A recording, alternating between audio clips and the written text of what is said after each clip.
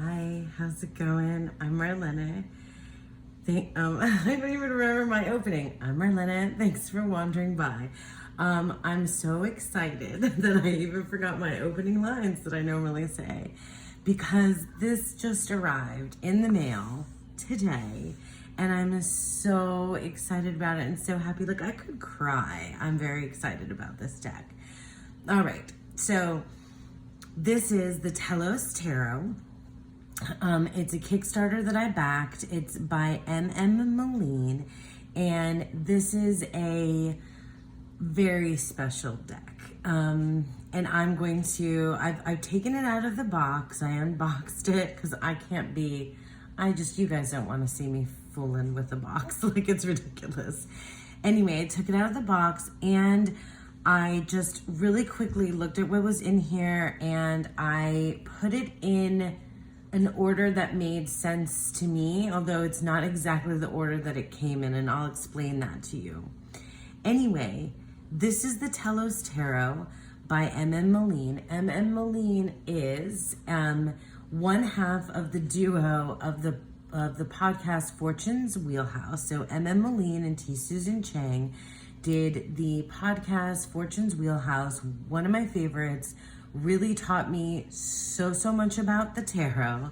And as you may know, I did a Decan walk last year, and I have since really leaned into the practice of following the decans, or the 3 pieces of a zodiac sign that correspond to minor cards in the tarot. And these are tarot and astrology correspondences as laid down by the Hermetic Order of the Golden Dawn. And so I learned a lot about the decans from both MM Meleen and T. Susan Chang, because of T. Susan Chang's book, 36 Secrets, because of their podcast, Fortune's Wheelhouse, and because of the companion book, Tarot Deciphered. And also, and just their work in general. And the Tabula Mundi, which is the other deck I have by MM Meleen. I'm going on and on because I'm just like, we need to get into this, right? So this is a deck that was created. I guess I can read a little bit to you from the guidebook that explains a little bit more about the creation of this deck. But like, the production quality is just, it's very MM Meleen. Like, if you have any of our other decks, it's very similar to that. And yeah, there's a Kickstarter. The Kickstarter, of course, ended, but I believe that there will be some decks available on her website. I'm pretty sure that that's possible. And there's going to be a guidebook, a bigger guidebook coming together for this. So look at these. Oh my gosh, this is so fabulous. And then this is a emblem with the sticker. That's amazing. We're gonna just put that over to the side. And then here's the guidebook, which so I'll read just a little bit from the beginning, because I'm going to I'm going to spend my time like reading this cover to cover, and then I will very likely buy the full-length guidebook when it's available.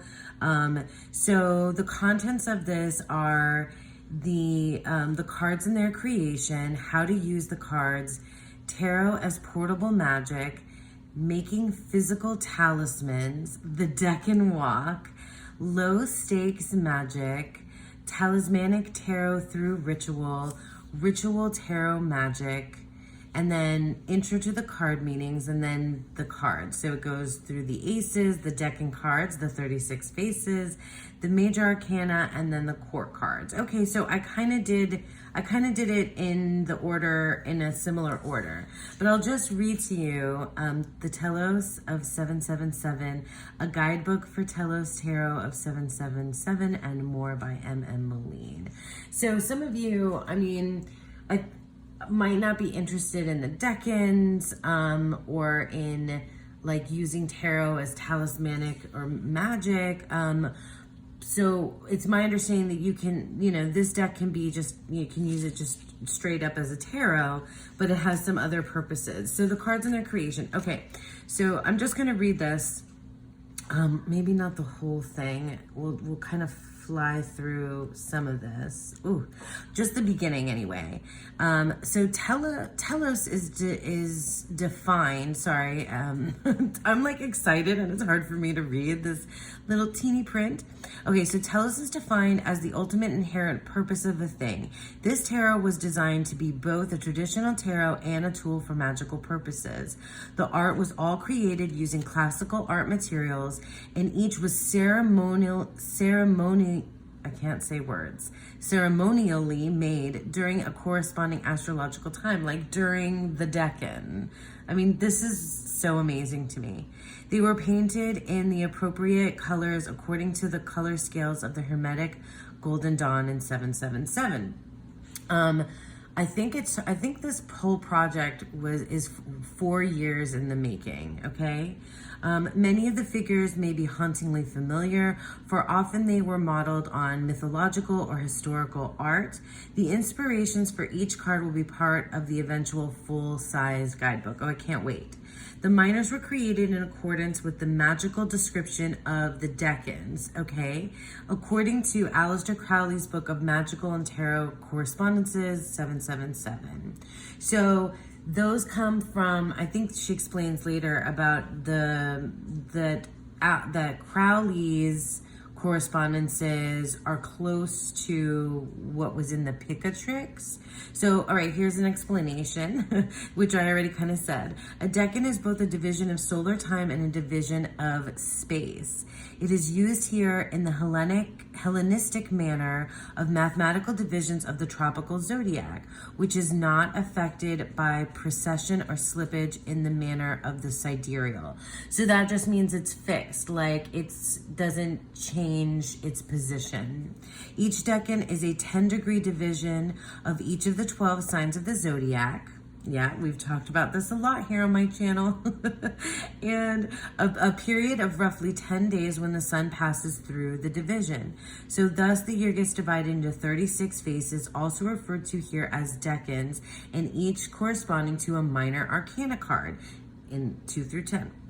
So the image descriptions of the decans per 777 seem to be mainly, but not exactly, based on those found in the 11th century Arabic astro-magic grimoire known as the Picatrix. Okay, so I'm going to stop there. I'm definitely going to read this whole thing cover to cover. I actually, bear with me, I grabbed my Picatrix, I have a Picatrix, deck that has the Picatrix depictions on it in a collage style. I think I have it. No, I don't have it in order anymore. Maybe a little bit in order. So I have this, and I might pull some cards, but I also have, like, you know, this, which is, it has the Picatrix decans. So I don't know if they're exactly the same as what we see, mentioned here in this guidebook. Would you look at this? I just love everything about the production. I love the satin, satin ribbon. Okay, so let's take her out of the box. I don't know yet. Okay, so, and also I just want to show you, okay, this, I like, in my Tabula Mundi, I just like love to like play and feel this, but look at the bottom of this as well. Like, isn't that so pretty? It's just gorgeous. Love it. And there's a significance to everything. Like MM Meleen, everything that she does is with, like, significance. So I guess I'll just do this, and I'll keep our guidebook handy. And I'm getting like green ribbon everywhere. So this is the card. She typically signs the title card. Is that what it's called? Yeah, title card. 257. I was number 257. So cool. Okay, and then here are the backs. Oh my gosh, so beautiful. I'm just like, I can't even, I feel like I'm just very excited. And oh, an extra, I saw this really quickly. So to me belongs yesterday, I know tomorrow. I feel like I feel like somewhere in the Kickstarter campaign was an explanation of this card. I'm sure maybe it's somewhere in here too where the quote comes from. Okay, if you can hear the dog drinking water, he loves to be right here. Okay, so we're gonna go through the majors first. And it's my understanding that the majors correspond to either an element, one of the 7 classical planets, or one of the 12 zodiac signs. And so if this, typically MM Meleen has the Hebrew letter and also the elemental or astrological correspondence. So we have the Fool. I'm gonna really resist the urge not to just look at everything in the guidebook. So I'm assuming that there's like mythology thrown in here. There's definitely Thoth inspired stuff happening as well. I think, but I'm not sure. So I'm gonna just flip through and just, you know, it's just first impressions. The Magus, so Mercury, and the Fool was elemental air. Oh my God. Oh, and all the colors. Oh my God, all the colors. Oh yeah, and you can see like the shadow of Thoth. That's amazing. And there's like the Hermes reference, Mercury. The Ibis, or every single teeny tiny bit of this has significance, I know.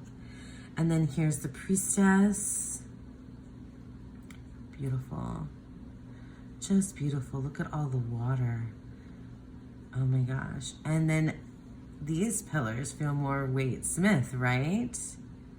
So there's no, like the Picatrix is, I believe, well, I don't think that there's a Picatrix for the majors. I think she probably explains. See, I was going to try to,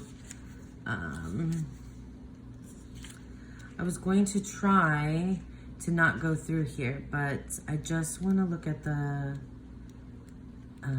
majors, because I don't think there's a Picatrix for the majors. There's a Picatrix like for the minors. Where planetary majors, the 7 classical planets, Jupiter, Mars, Mercury. Okay, wait. Let's go back to Mercury. Okay, so Mercury, the Magus of power. Okay, so then this is from there. So a fair youth with a winged helmet and heels is equipped as a magician, displays his art. His attitude suggests the shape of the swastika or thunderbolt, the message of God. Okay. And the Priestess is the moon.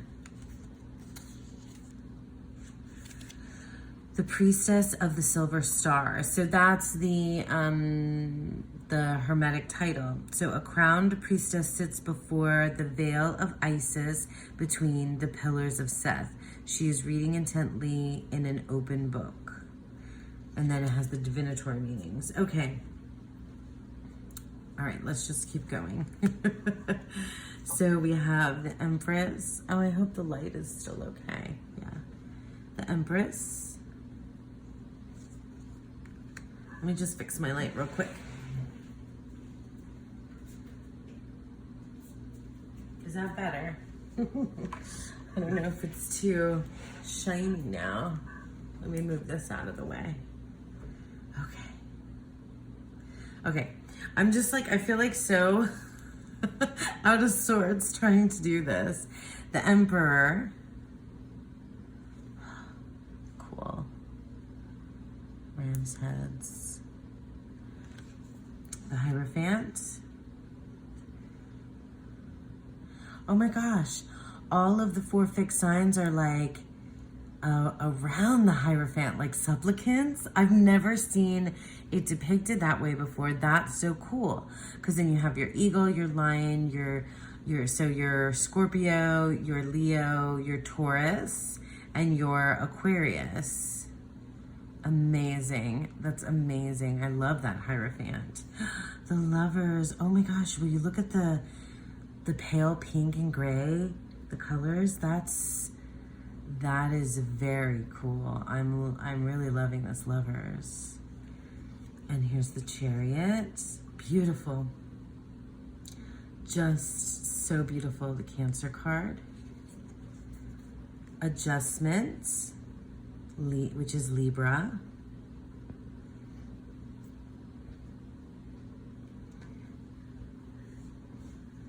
Except Leo would be here. Let me go back, yeah. Let's do this. just so we can go in zodiacal order, if that's all right with you. So we have the Leo card, which is Lust. Beautiful. This is beautiful. This deck is so cool. It's so special. The Hermit, the Virgo card.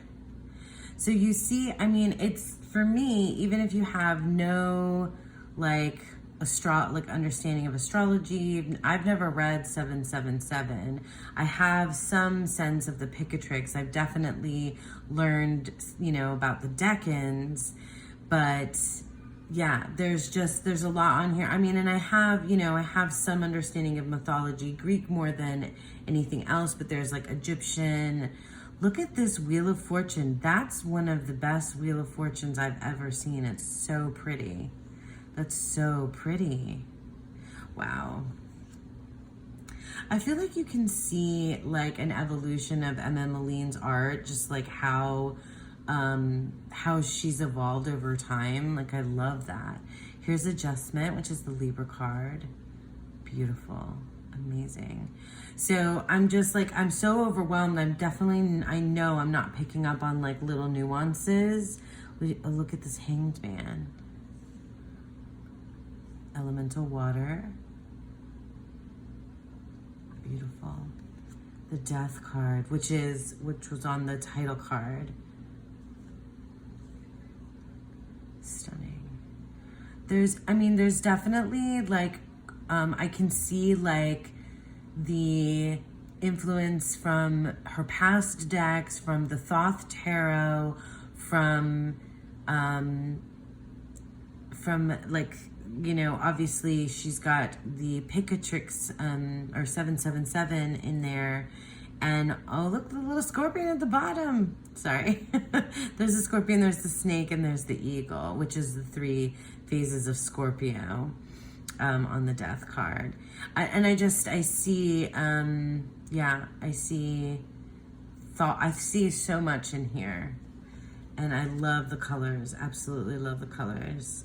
Art, which is our Sagittarius card, Temperance. That's so interesting. The colors are very different than Thoth, which, like the red lion and the white eagle that are transposed. Interesting. The Devil. Oh, you look at that. This deck is so, like, it's so, what's the word? Like, the colors feel like really creamy, if that makes sense. Like, it feels very like creamy colors, not like in palette, but like in texture. It feels kind of creamy, if that makes any sense. Here's our Tower. Oh my gosh, there's the mouth. Is that a tongue? Wow. Okay. There's like a cobra. There's a lot going on. It feels like, oh, that's like the symbol of Mars. Interesting. Wait, I want to read the little bit about the Tower. Hang on. The Tower is going to be Mars, right? So zodiacal, so planetary majors. So Mars, the Tower, the Lord of the hosts of the mighty. I freaking love the Hermetic titles. A tower struck by forked lightning, human figures thrown thence, suggest the letter Ain. Sorry, I'm like, human figures thrown thence suggest the letter Ain by their attitude. So the Hebrew letter Ain. Okay, I cannot wait for the bigger guidebook. The star, beautiful, beautiful, beautiful. I love that it's going through her hair. And there's a butterfly. Look at this moon. Okay, these you know what it reminds me of too? The Robert M. Place decks that have that like kind of like matte, creamy like texture feeling. Look, I love this moon card so much. It's the Pisces card. Here's the sun. The twins, look, they're like hugging each other. I kind of love that. And then our zodiac and our sun in the middle. I absolutely love this. Oh my God, it's so cool. This is so cool.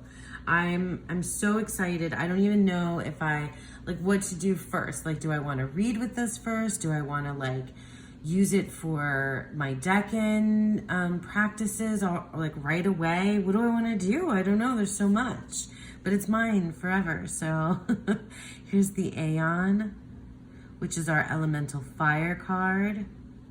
Beautiful. And we have the universe or world card. And here's our fixed signs, our beasts.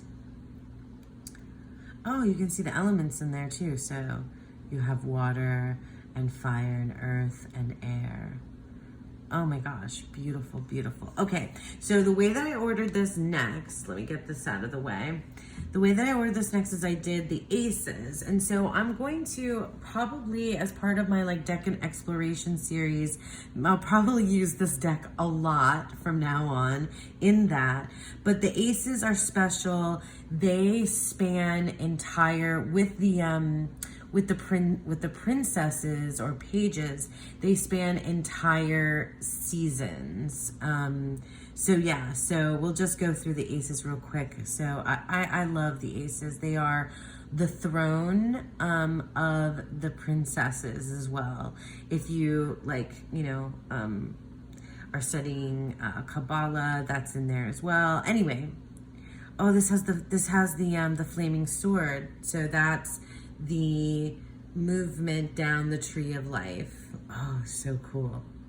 The root of the powers of fire. The Ace of Cups is the root of the powers of water. I mean, I just, like, I could cry. Like, I just am so excited about this deck. Like, I can feel, like, I really, literally can feel just all of the intention and all of the work that went into this. It's just, it's just so, it just feels so special. And, like, I feel so connected to it because of how much I've been, like, how long I've been paying attention to MM Meleen and Susan's work, even though this is MM Meleen's deck, but it feels, the Decans and all of that just feels like so interwoven and connected for me. And that I spent an entire year working with the Decans, and I'm still, it just feels so like a part of me. I just love this. And I'm just hanging out looking at one card. The Ace of Discs is the root of the powers of earth. Look at those roses. Oh my God, it's stunning. What does she say about the aces in here? Hang on. The aces, page 38. Bear with me. I mean, for those of you, if you just want to look at cards, you're going to be fast forwarding anyway. Okay, so let's go to the Ace of Discs, which is the one that we're looking at right now. So, Ace of Discs, root of the powers of earth. Spirit turns consciousness towards the realm of manifesting. Spirit turns consciousness towards the realm of manifesting resources and taking concrete action. The power to keep silent. So this is just, I guess this is just like her like summary divinatory meanings. I think intro to the card meanings. So yeah, there's no like, I'm not sure about, I really don't know much about 777. I think I have like a PDF of it because it's I think. Anyway, I probably should read it.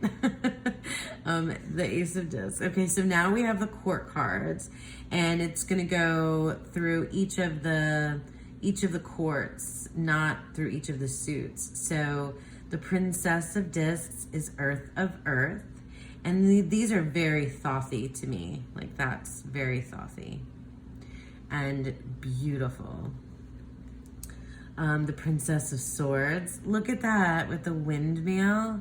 Not windmill, the whirlwind, tornado-like thing. Oh, sorry. I'm just like kind of like gushy, and I kind of really don't even know what I'm saying, to be honest with you. Like, my capacity to be like I don't know, like academic is not here right now. The Princess of Cups is the Earth of Water. Look at the dolphin. Stunning. Princess of Wands is the Earth of Fire. So cool. And then, oh, see, again, we have that, like, is it just on the discs? Maybe not. It's not just on the disc, but this, like, really, like, texturally, like, creamy, like, crisp kind of colors, though, or like, texture. It's, I don't really love the Thoth Prince of Discs. I really love this one. That's so cool. The Prince of Swords. Oh, I like these. Let me look at what she says about the courts. Hang on. So, because the courts now, so the aces are a season, the princesses, the pages are a season, and then everybody else is like has 2 decans in one zodiac sign and 1 decan in another zodiac sign.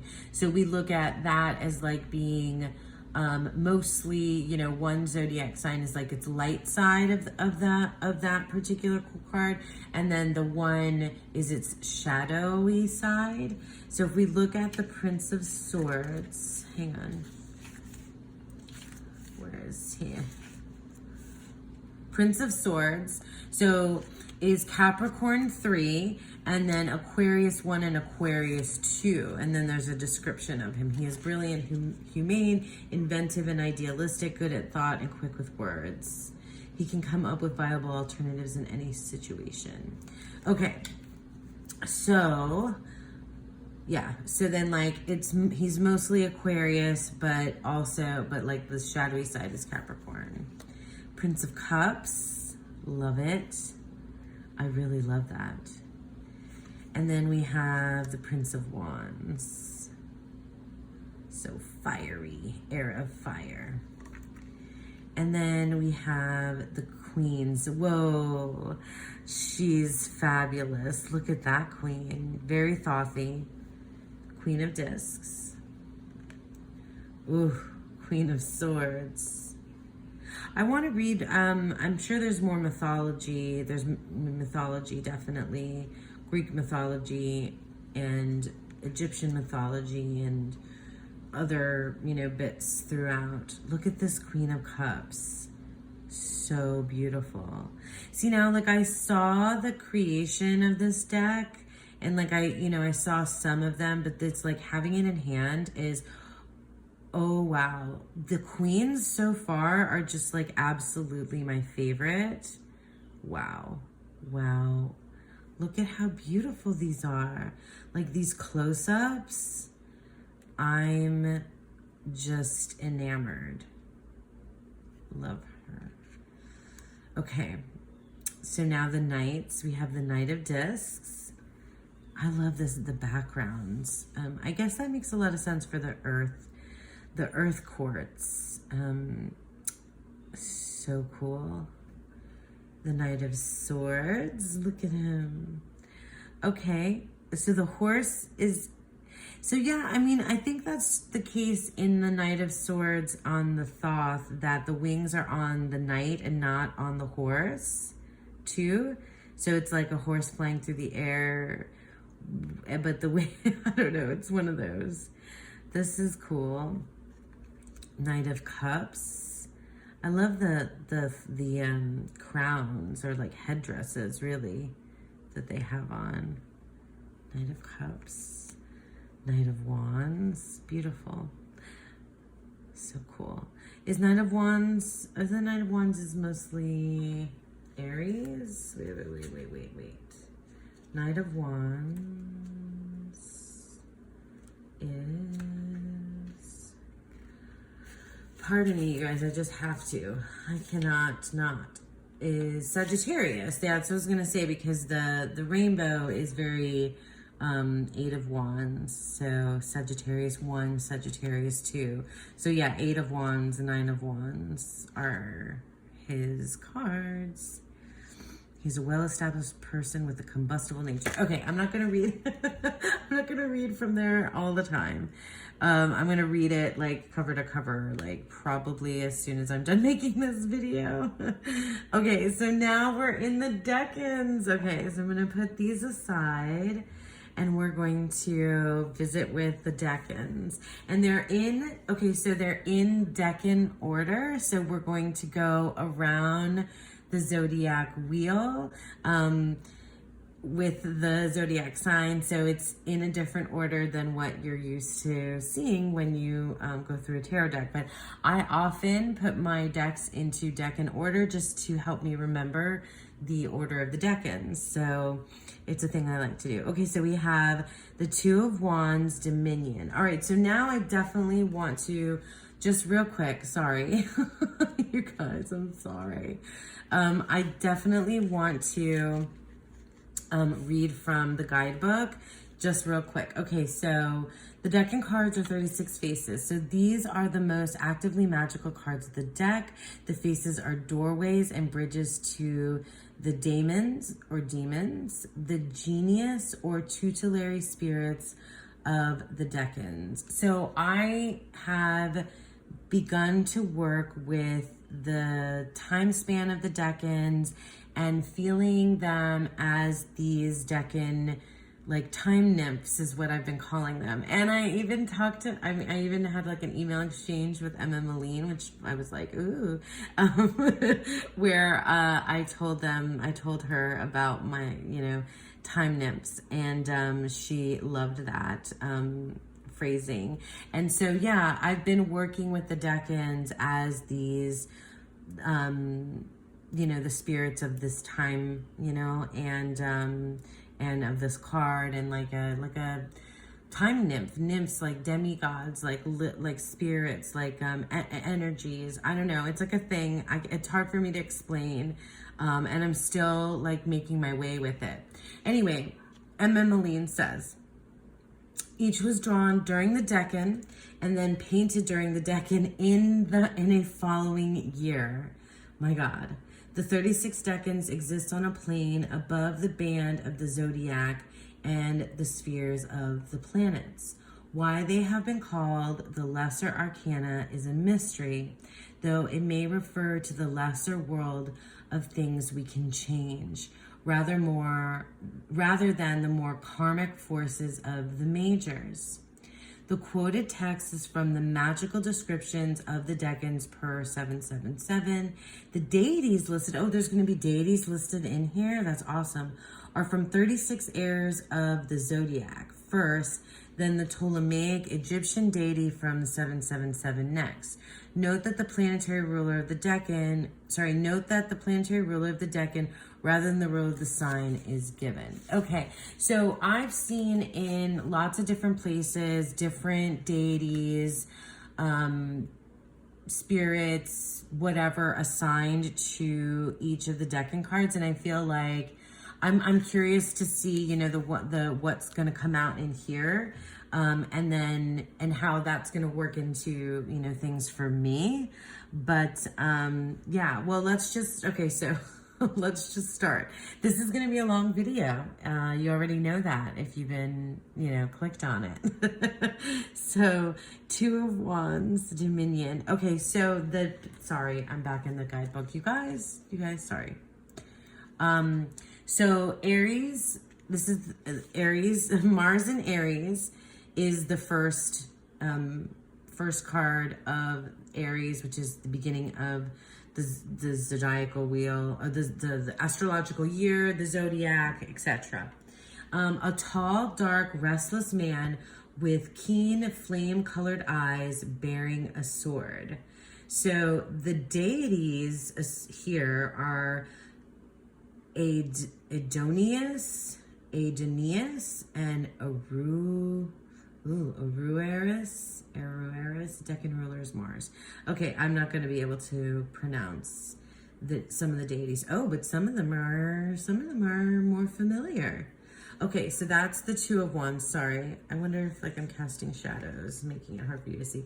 So this is Aries 2, 3 of Wands, Virtue, Sun in Aries, and then the deities that are, so a green-clad woman with one leg bare from the ankle to the knee. So deities Persephone and Anubis, which you can clearly see like a Persephone leaning here, and interesting.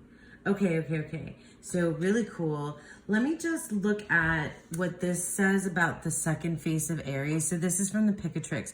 A woman with one leg dressed in green. As a talisman, it means wealth, high rank, and dignity. So there is a lot, I think, of the Picatrix and the 777, but I'm not sure if it always lines up.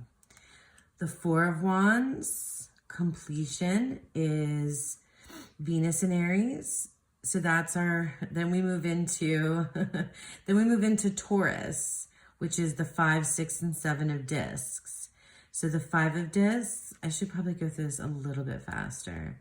The 6 of discs, Moon in Taurus. And the 7 of discs, that's Saturn, right? Yeah, Saturn in Taurus. Failure. So some of this is reminiscent to me of Thoth, but it's also going to be the Picatrix. So these depictions on the numbered minors is going to probably feel strange to tarot readers that don't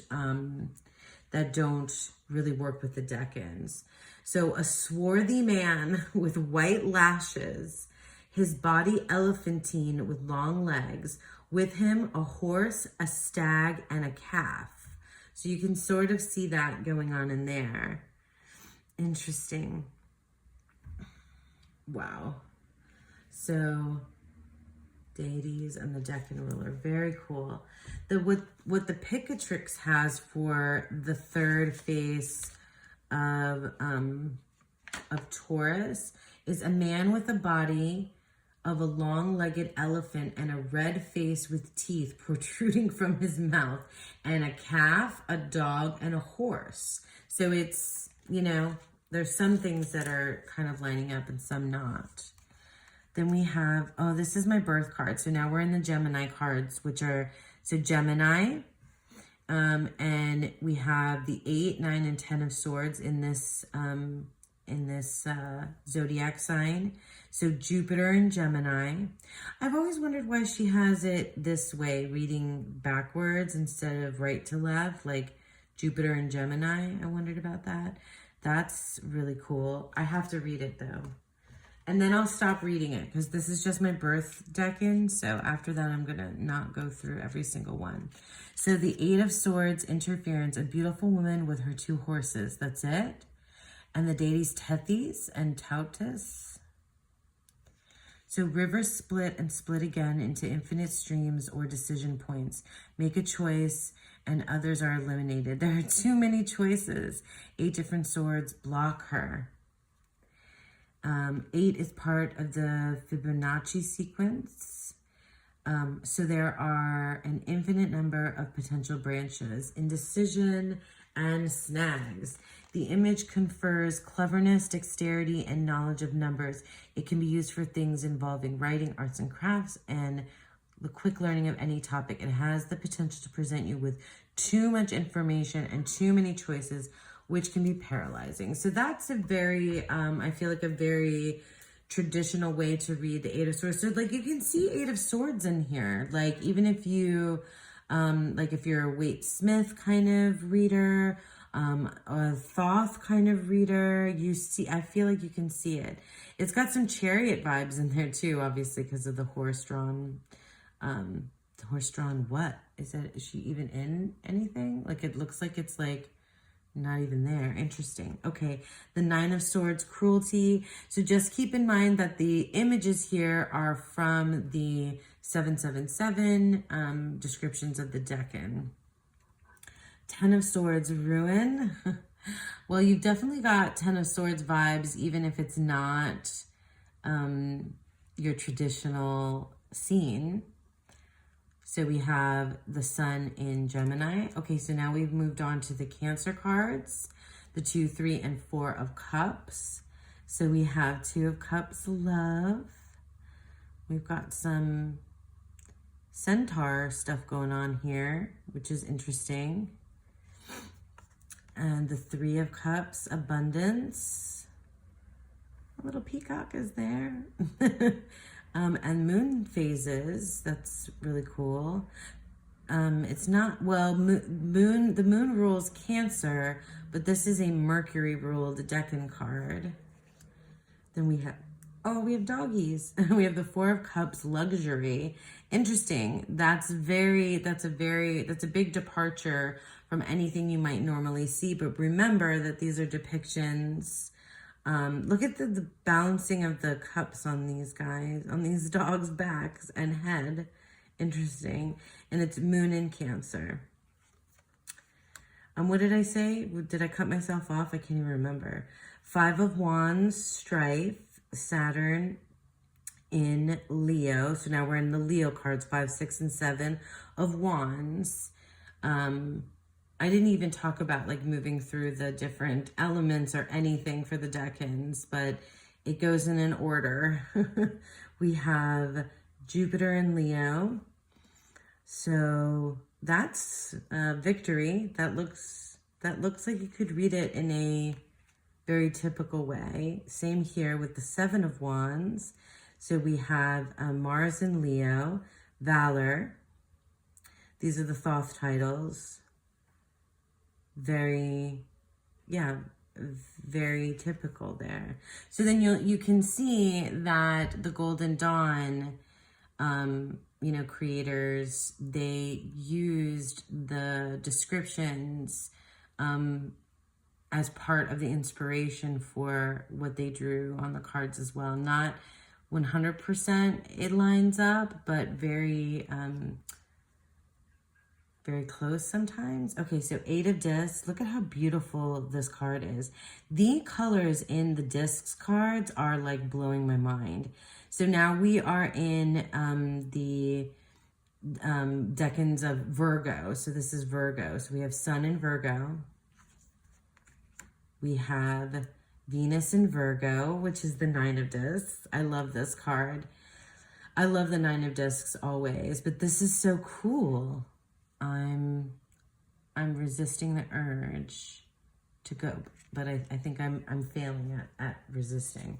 Let's look at the 9 of Discs because I can't not do it.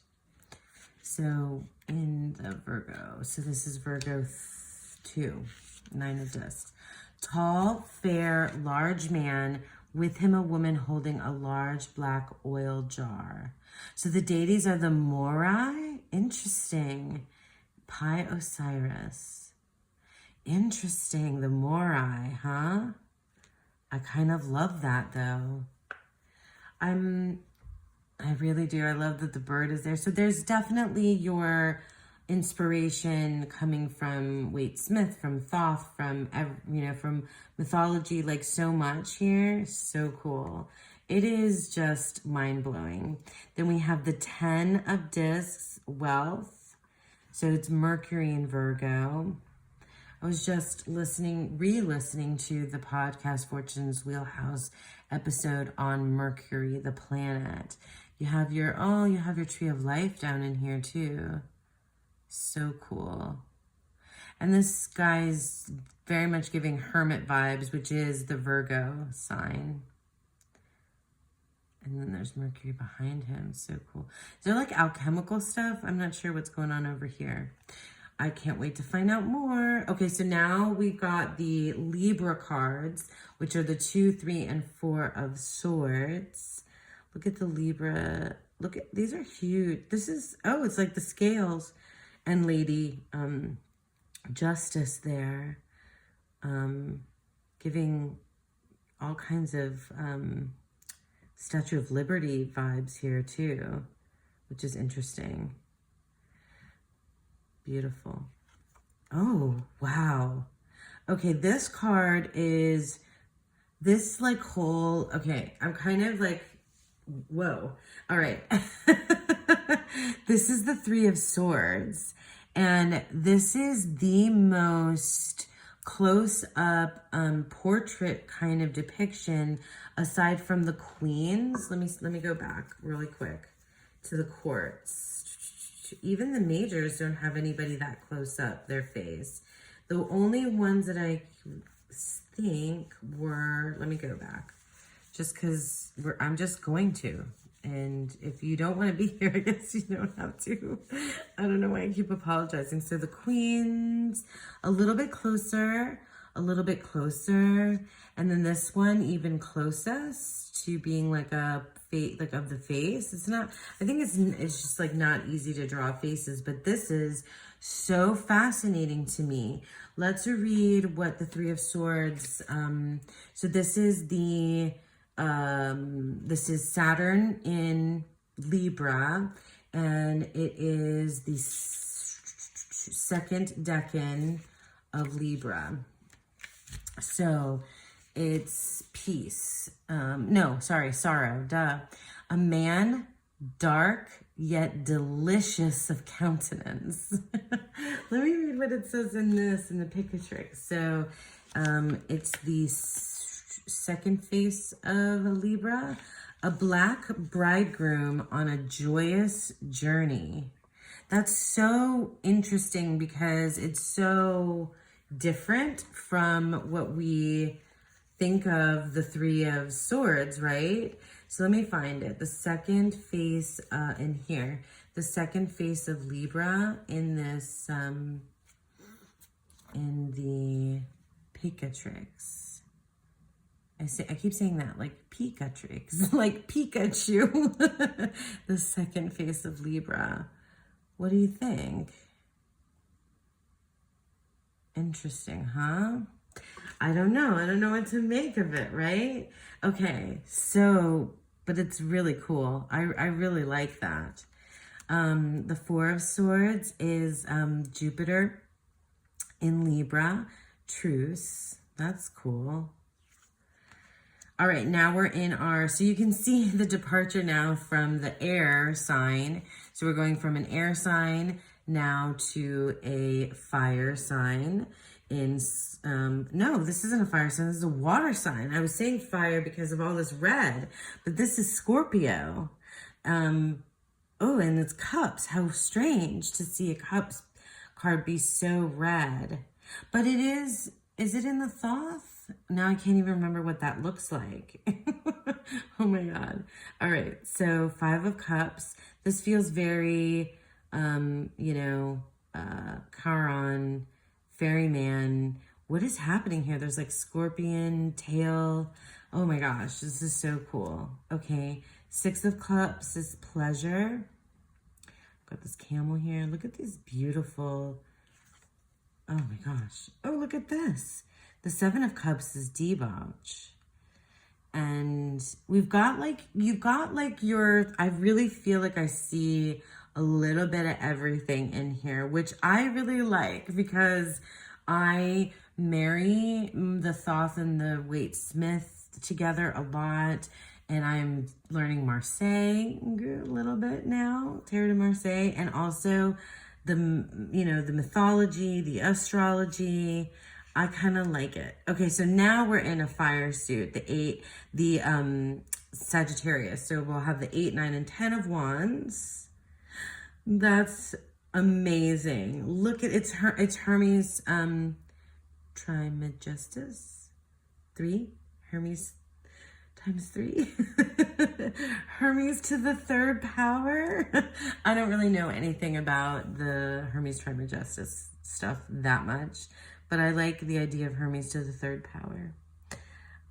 I love this. It's cool. 9 of Wands, strength. Cool.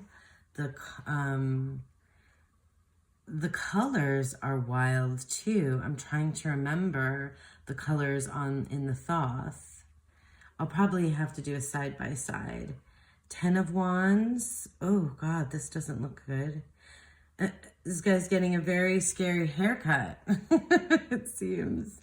And it's Saturn in Sagittarius. Okay.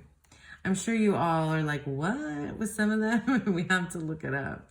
So now we're in Capricorn and we're almost done. I'm going to pick it up because we're almost done. Oh my God. I can't even with this deck. So we have 2 of discs. Oh, you definitely have your, oh, and that's Janus, right? That's the god Janus, Roman god. Oh, so cool. I want to know what's going on in all of these, and can't wait to read, and I can't wait for the bigger guidebook. I can't wait to like see how I'm going to use this in like the myriad of different ways. So now we have the 4 of discs, Sun in Cancer, or Sun in Capricorn, I mean. Oh, look at the little sea goat down there. Amazing. Okay, now we're in Aquarius. So air. 5 of Swords. There's a very loud car being very loud outside. Sorry about that. 5 of Swords, defeat. That's real cool. 6 of Swords, science. Oh, that's neat too. I keep seeing like apes and herons or ibis and different birds, and there's little animals everywhere. I'm not sure how many fingers. Oh, it is 5. It just looked like a lot. It looked like a lot more fingers on this person's hand. Okay, the 7 of Swords, futility. The colors are right. Yeah, I feel I can see the colors from the Thoth. Moon in Aquarius. Saturn in, okay, so now these are our last, this is the Pisces Decans, and so these are our last cards. I don't want this to end, but these are, I love it. This is very moon, like it feels like the moon, and that's because the Pisces card is the major is the moon. So beautiful. I really like that one. The 9 of Cups, happiness, interesting. Jupiter, so oh, you can see the wheel in here. I wasn't even paying attention to like the connections with the major, but then you got your fish for the Pisces. Very, very beautiful and very cool. It's just gonna be like a non-stop, like, look at this and look at this and where is this, and you can see this in here and this like little, you know, bit of this and that, and all of it coming together is just so cool. And finally, we have the 10 of Cups, which is Mars in Pisces, and oh, and the dog is barking because somebody walked by. The person with the loud car just walked by. All right, Hilo. And a double rainbow. Okay, let's just read the last entry, because I'm like not ready to give up this walkthrough, right? It's not really a walkthrough, it's more of a first impression. What do you call, whatever you guys call it. Okay, Pisces. No, that's not where we are. We gotta go back. I went too far. All right, Pisces 3. The 10 of Cups, satiety. A man of grave and thoughtful face with a bird in his hand. Before him, a woman and an ass. There's the ass, the donkey, right? And the deities are Elpis and Phallophorus. I have no idea, but the Decan ruler is Mars. So I'm just going to read you this. The end of the zodiac, where matters come to a successful and satisfying conclusion, though fleeting. Yeah. That It is a fine line between complete fulfillment and excess. A cycle of emotional development has reached its end. There is no room for further increase. A new cycle is bound to follow. Yeah. This is a phase mostly of rest and quiet delight, though the significations also mention fornications and embraces. Ooh. Well, I mean, you know, Cups cards, they can do that, I'm sure. The image can be used for envisioning one's ultimate goals, revealing one's true desires, and fostering hopes for the future. I feel like that's very true for the 10, for the 10s in general, and the 10 of Cups I can see. Yeah, like this is a sexy card. Who would have knew? Who would have known? With the big ass on there. This is a sexy card. Okay, I kind of want to shuffle this, but I also kind of don't. And I think I'm just not gonna do like a shuffle or a pull yet. I think I want to sit with and figure out, you know, how I'm really going to use this deck, you know, kind of to start out with, what I'm gonna do. I'm not sure yet. I gotta say that I don't know exactly yet what I'm gonna do, if I'm gonna do use it as a straight up tarot, or if I'm gonna, I don't know yet. I'm really excited. And I talked for a really long time. I'm not going to blather on anymore. I'm just going to, I'm gonna leave it at that. And check the description box below, link where you can find any copies of this deck that I think are potentially still available. So thank you so much for sticking with me, and I hope that you all have a beautiful, wonderful day. Bye.